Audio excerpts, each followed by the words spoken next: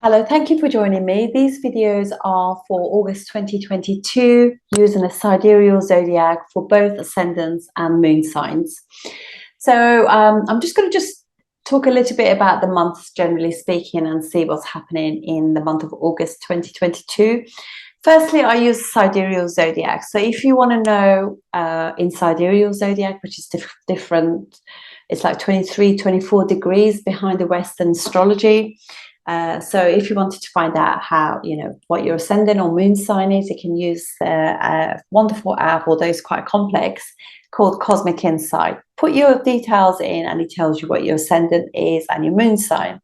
And then you can just watch along, watch both, ascendant for your path and moon for how it feels. I'm also very big on intentions and manifestations. So there are 3 dates in this month of August that you can do that. You can do it on the 5th of the month when moon is in Swati, and then 17th moon is in Ashwini. Swati is in Libra and Ashwini is in Aries, and then again at 31st of the month moon will be again back in Swati. So 3 opportunities to do these.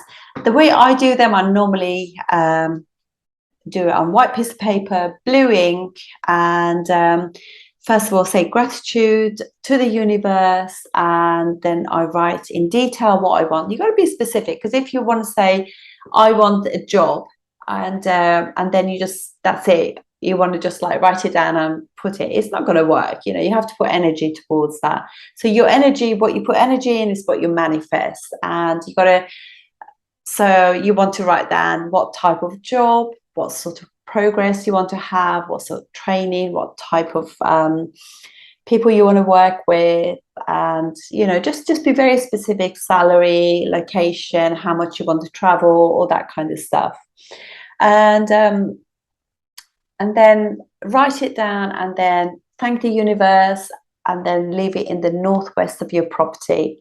That's how I normally do it. So it's really nice to do that and just use very empowering words, because words are, like you say, can you spell that word for me? Spelling, put a spell on the universe. That's what you want to do, manifest really good things. And that's the reason why I always discourage people from using difficult words. You want to use empowering words, positive, abundant words. That's what my teacher always just say, just be abundant. So that will be the way to do it. So that's another thing to just bear in mind for the month. And so I wanted to just say, obviously, we've had since the 16th of July, we've had this opposition where Sun has been in Cancer, and Saturn retrograde has been in Capricorn since the 13th of July. So we have this opposition going on, which is quite difficult, but we're all going through it. So just be aware of yourself, be careful with your dad, and also just bear in mind that this is going to be difficult, but it's only till the 18th of the month, and then after that all will be good. But this is quite a time for governments and politicians and leaders. So we are just kind of disposing of the ones around the world. World is just purging all the people who are not leaders, who are not for the people. So that is what's really happening, and it's going to continue doing that. So watch out for some more happening this week and so forth. Well, it's probably till the 18th actually. So also Rahu, the whole of the month is going to be in Aries. That's the north node of the moon in Aries, and K2 is going to be, or south node will be in Libra. And then we have Saturn in Capricorn retrograde, Jupiter is in Pisces retrograde, so both of them nice and strong in own sign. And we till the 11th, roughly about the 11th of the month, Mars will be in own sign, which is Aries. And what else we have? Sun obviously goes from the 18th, goes in own sign, Leo, so that will be amazing too. So these are the themes. So, but how we start the month for everyone is Mars, Rahu in Aries. Venus will be beginning of the month in Gemini, a friendly sign. Sun will be in Cancer, Saturn in Capricorn retrograde, Jupiter in Pisces retrograde, K2 Libra, Mercury in Leo, and Yeah, and there is also just want to just tell you about the it's obviously a 31-day month. So as I said, there's all these opportunities to you know, manifest things for yourself, etc. And but what I do with each of the ascendants as I do them, somebody did comment about yogas. What do yogas mean? So I'm just going to finish this video and I'll do a very short video on what yogas are in astrology. So I do apologize, but I do have videos. You can go and visit them and they give you much more information. So I'll do that in the next video. And obviously, if you know, you can just skip that bit. I'll put the time in the details below. Thank you very much. Okay, so what are yogas? Yogas are a combination when there's an influence between planets and houses. So normally, obviously, the most beneficial of the kind of yogas are when trinal and angle houses, or the lords of them. By lords, I mean by the lords, but lords are literally the planet that rules that house. There's a combination of them that have some form of influence for each other. So, for example, say if you have Mars. Mars is the first and eighth house ruler for, say, for Aries ascendant. So when Mars is in conjunction with Jupiter, which rules the 9th and 12th house for Aries, they create this sambandha, this kind of like combination of first and 9th house. First house can be an angle or a trinal house. But for the sake of this, we're going to say it's an angle house coming in connection with the 9th house ruler. So in that case, they're creating a Raja Yoga, because an angle and the trinal house or lords, they've become combined.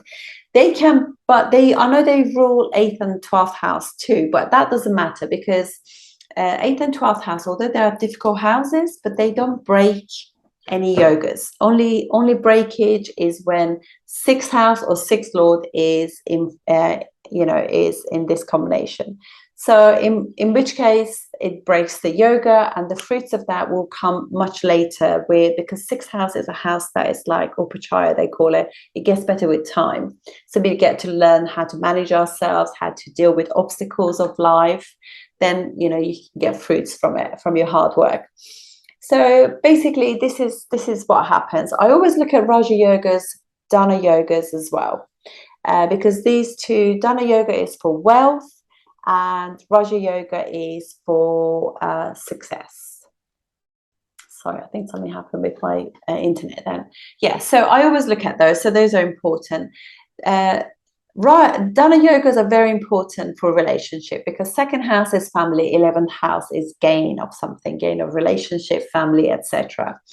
And so trinal houses are 1st, 5th, and 9th houses.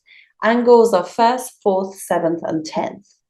So these are obviously very important auspicious houses, and any planets that rules them also becomes an auspicious planet, unless if they rule the 6th house, in which case the combination will not get many fruits. So and if you're lucky, that happens in your D1, which is your natal chart, or your D9, which is in astrology. Vedic astrology is very important. That really confirms the actual strength of all your planets. So if they repeat in that, then it means they're very, very successful yogas. And if they repeat in your D10, which is your career chart, then yes, fantastic. They continue those successes into that as well. So this is what I mean. But please look at my yoga. I have Raja Yoga and Dana Yoga videos. I sometimes also say Mahapurush Yoga. Mahapurush again is elevation, success, and accomplishment yoga as well. This is when a planet is a good planet for the ascendant. Say, for example, for Taurus ascendant, what happens is like Saturn rules their 9th and 10th house. So on its own, because it rules an angle and also a trinal house, 9th house and 10th house, if it goes in any house, it's going to, apart from the 6th house, or becomes involved with Venus, because Venus rules their 6th house. Then if it doesn't has a combination with them, but if it goes in any other house, Saturn on its own can create Raja Yoga for them. But if it's in their if Saturn happens to be in their in Aquarius, it will create what is called a Sasha Yoga for them, Mahapurush Sasha Yoga. So this means of, again, elevation, accomplishment, etc. If for example, for Aries Ascendant, what happens if Jupiter is in their 4th house, which is Cancer, and it will be exalted, or if it is in their 9th house, which is their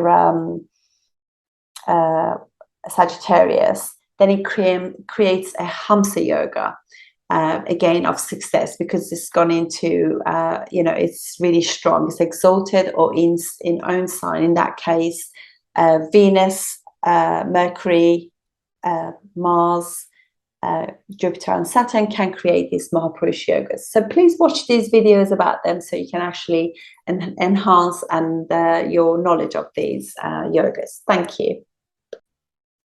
Hello, this video is for Cancer Ascendant or Cancer Moon for the month of August 2022. Okay, let's start. So we start the month by, obviously this has been a little bit difficult for you guys, because you've had Sun and Saturn, kind of Sun in the 1st house and Saturn in the 7th house, in opposition to each other since the middle of July. Pretty difficult. So Sun obviously creating money for you, 2nd house ruler in the 1st house, which is wonderful. But it's been aspected by Saturn, and Saturn for you rules 8th and the 7th house. So it just means that there could have been some problems in the household with you and your family, or your spouse, or some sort of, because it's discord, Sun Saturn is not easy, so it just might have been a little bit difficult for you.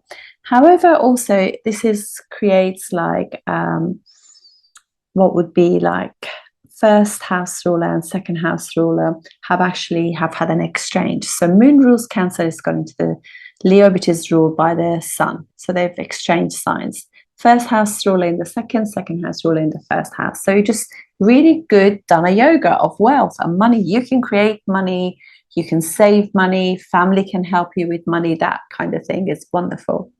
For you guys, Mercury is not a good planet, rules for you 3rd and 12th house, and that just means that basically is that communication issue can just make friends feel as though you don't really, if you're arranging something, friends don't know, because you don't get back to them, they don't know exactly how they stand. Are we still going? Are we not going? That kind of thing. And also Mercury does really well normally in Leo, but it's also 12th house ruler in the 2nd house of money. So it could be that you're spending money on family, and rather than saving it, you want to save but you can't, because of going out and doing hobbies and stuff like that. And Moon Mercury also makes they're not friendly towards each other, and it could just be that Mercury's overthinking Mercury's thinking process, and Moon is the mind. So it could just be like too many thoughts. They're both very fast moving planets too, so it could be lots of thoughts, and thoughts don't get us anywhere really. So, and it can be like mind is racing really. And you also have Ketu in the 4th house, so many of Cancerians want to break away from the home that they are in. They want to have move away. So that could be also a theme where you want to move away. You also need to look after your car or your money, because just see if your mum is okay. Make sure your car is kept in fully in repair, because K2 can actually create punctures in your tires actually. So just be aware, just make sure that your tires are up to the standard, make sure they have enough air in them. I always recommend that with K2, particularly if it's sitting with Venus as well. So, and actually here is aspect in Venus, because Venus rules vehicles generally. So, and obviously, let's go through this. So this is the theme for K2, where it wants you to just try a new home or new car, that kind of thing. And doing away with emotions that no longer serve you also. But definitely look after your mom's health. Rahu, on the other hand, is in the 10th house for you. So it's inviting you to try a new job, maybe, or do 2 jobs, but definitely getting you recognized at work. And you have also your Yoga Karaka planet. Yoga Karaka means this planet for, Mars for Cancer, and also for Leo too. It's a planet that rules an angle and a trine, so rules 5th house and also 10th house. So it just means that all on its own can create a lot of goodies for you, unless if it goes into the 6th house, which is Sagittarius. But yeah, generally speaking, is or if it's in conjunction with Jupiter. So yeah, it's a wonderful planet, gives you lots of goodies. And it's sitting there with, so you get in, and also Mars has got, not only is it in own sign, but it's also got directional strength. So this is a really, really strong Mars. Muhammad Ali had this Mars in the 10th house, and with directional strength, it's just amazing. So, yeah, you're feeling fantastic, and really being recognized, respected, and lots of achievements as a result of that in work. Mars is also aspecting the Sun, and Sun at the end of the day is a significator of father, and also being aspected by Saturn. So you want to look after your dad during this time. I mean, Jupiter is also aspecting the Sun, but and Jupiter for you guys rules the 9th house anyway, but generally speaking, might not be a bad idea. Just keep in touch with your dad and just make sure he's okay. And also don't forget that Saturn rules 8th house of chronic illness, and it's aspecting the Sun. Also look after yourself, because that's the ascendant. So I just wanted to say that. And also, Saturn is not only aspecting the Sun, but also aspecting Jupiter, your 9th house ruler, your significant, rules house of the dad in there as well. So then you have Venus. Venus rules for your 4th and 11th house, and it's gone into 12th house in a friendly sign in Gemini. Now Venus does well in Gemini and also does well in the 12th house. So this is somebody who is spending money on things to do with their home and car and happiness and family and etc. And also elder sibling networks, things like that, friends, but really getting lots of enjoyment from it. Or maybe you're going away with a family and or friends and having a good time. And just wanted to say, although obviously this sort of situation going on your 1st house, which is yourself, and also the Sun, but just look, Venus, Mercury, and Moon, 3 benefics. Actually, what they're doing, they're hemming your 1st house, so blessing it. Jupiter is also aspecting the 1st house too. So even if your dad gets poorly, or you might get, but it'll be fine, So, but just be aware of that, really. Okay, so Saturn is aspecting, as we said, 9th house, but it's also aspecting 1st. The other place that is aspecting also is your 4th house. So again, it's aspecting where it's exalted. So it's actually encouraging that kind of change of home for you too. Jupiter aspects, obviously, 1st house. So again, it could be like you want to look after your health, you want to look after your fitness, healing, learn about nutrition, that kind of thing. It's also aspecting your 3rd house of communication and travel, siblings, that kind of thing. And also aspecting your 5th house. So it could be that you are feeling quite expressive. You want to do some hobbies with friends, get out and do fun things, go to the cinema, to the theatre, just making you feel much more creative about life generally, and romantic too, which is nice. So, okay, so let's start the month. Oh, well, okay, so let me just quickly just run through Mars as well. Mars obviously aspecting your first house, making you protecting is the fourth aspect of Mars, quite protective. So it's protective of you basically, but it still is a malefic aspect in the first house. But it just means that you want to put energy into yourself. It's aspecting obviously the fourth house, again another malefic, so you probably do want to change your home, and also aspecting the fifth house. It rules the fifth house, so it should be it's protecting it. So okay, let's get going. So on the 2nd and 3rd of the month, we have Moon leaving Mercury, which is lovely. And it goes into what would be your 3rd house. So first house rule in the 3rd house. You want to just connect with friends and do fun things. Jupiter also really likes that, likes Moon, and they're friendly towards each other. So feeling really good, being with friends and, travel. 3rd house is travel, 9th house is travel, so that could be pretty good too. But just obviously Moon, is being aspected by the Moon is the indicator of mum. Jupiter rules the 6th house, so it could be arguments with mum as well. Just sometimes words are better not said, as we can't retract them back. But anyway, so literally then on the 5th, you just might want to have a look and just see the times. This is one of the first days of the month that you can put your intentions out to the universe. Moon and K2 together, there is a real for you guys, your parents' health is a big deal for you, so it's important to just bear that in mind. So Moon indicator so it could actually, this could give you really sort of psychic abilities, make you sort of very get downloads, stuff like that. It is nice for that. And then obviously Mars is also aspecting the Moon, so this is like 5th house ruler aspecting the 1st house ruler, so it creates a really nice Raja Yoga. And this is really good for property. So this is encouraging you. Moon is home, Mars is land or property. So yeah, could be good times for that. Some of you will actually, obviously, you'll find that it'll just be, the universe wants to help you with that.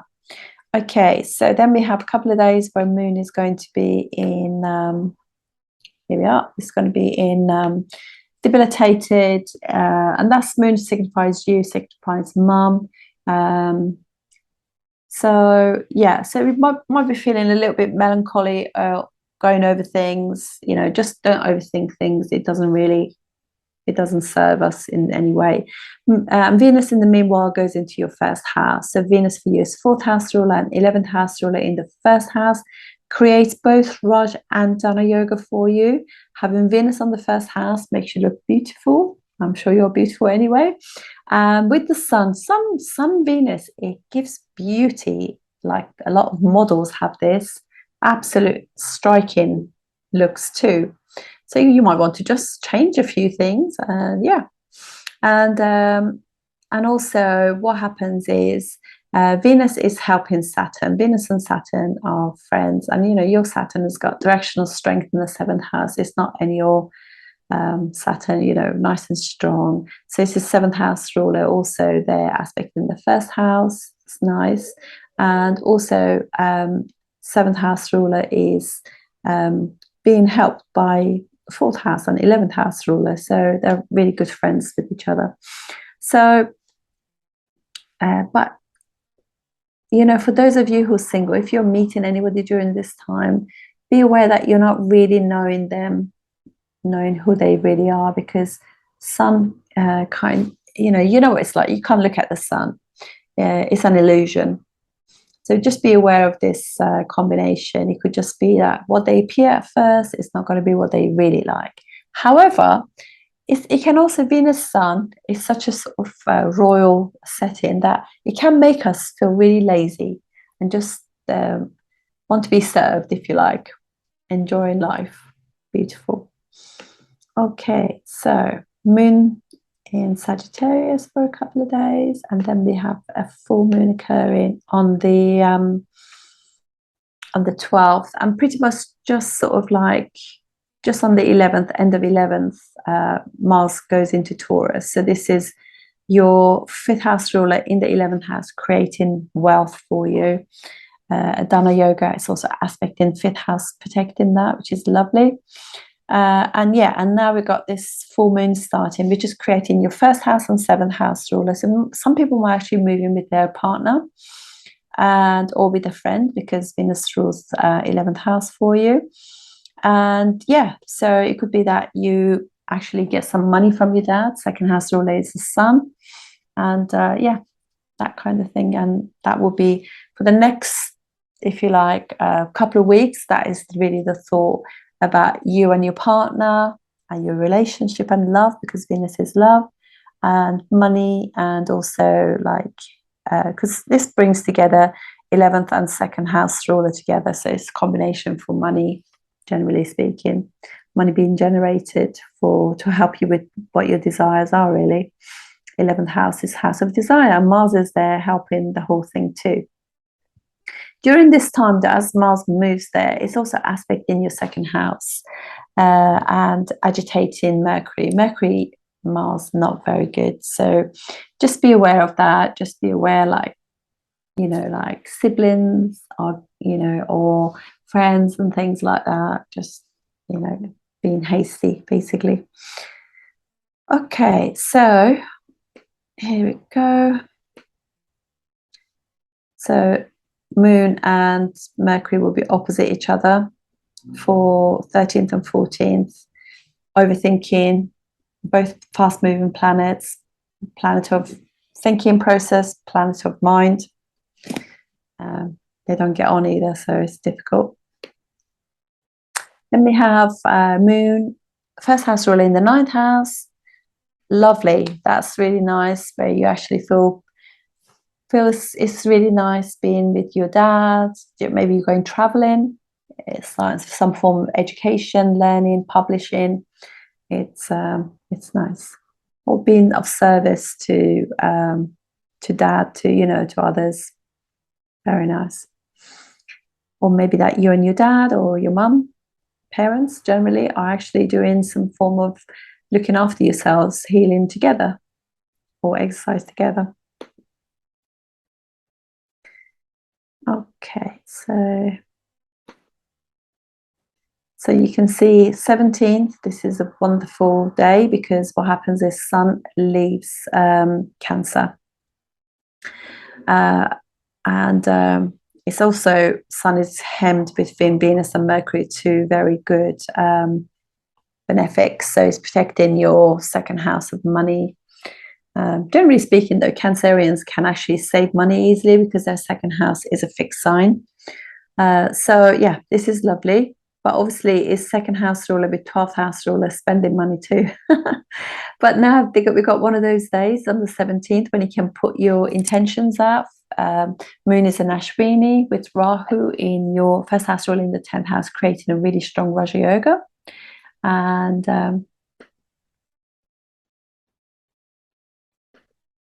okay, then we got your first house ruler, Moon, is going to be exalted for a couple of days, sitting with Mars. Yoga Karaka creates wonderful yogas. First house ruler with a 5th house ruler, first house ruler with a 10th house ruler, Raja yogas, Dana yogas of success, accomplishment, money, etc., etc., etc. And respect from friends, spending lovely time with friends and elder sibling. It could also be that you argue with your elder sibling too, Mars being there. And so now you can see that there's an exchange of 1st and 11th house rulers. So Moon and Venus in an exchange, Moon in an exalted situation. So 1st and 11th house ruler exchange again brings money. Wonderful. It's all about money, isn't it? Happy days. I hope your own chart reflects that too. But obviously, skies are really trying to help you at the moment. So, okay. And Mercury then moves on into own sign. Lovely. So Mercury in the third house is really very practical, particularly in Virgo. Can compartmentalize things, which really helps it. So now we got, look at this, Sun is own sign, Mercury own sign, Saturn own sign, Jupiter own sign. This means that they can actually give fruits, and also this wonderful exchange. So actually, it's pretty tremendous. Okay, next one.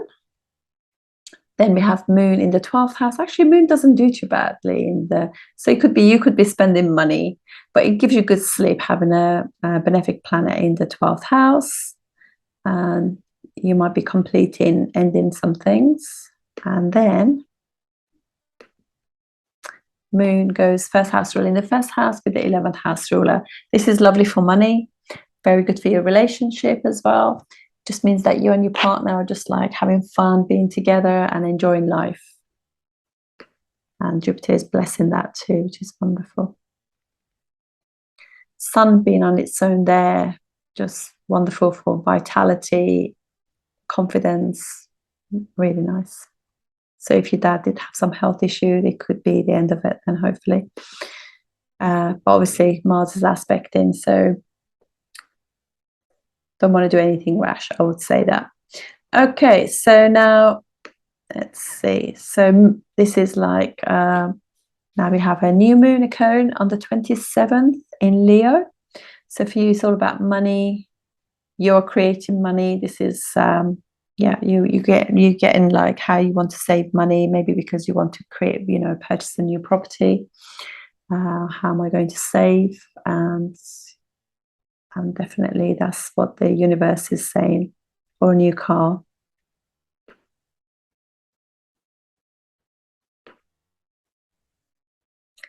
Feeling very expressive, want to connect with friends there. And then we finish the month. I mean, this is gonna, if I do the next day and then go back a few hours. So Moon will be, we end the month with Moon being in Swati in the fourth house, Moon having directional strength for her first house ruler in the fourth house. Sorry, the ascendant has moved, but basically what it means, we have another go. We get 3 chances this month to put our intentions out, tell the universe what we want, so make the most of it. Anyway, I hope you have a wonderful August. Enjoy it. I'll see you next month. Thank you.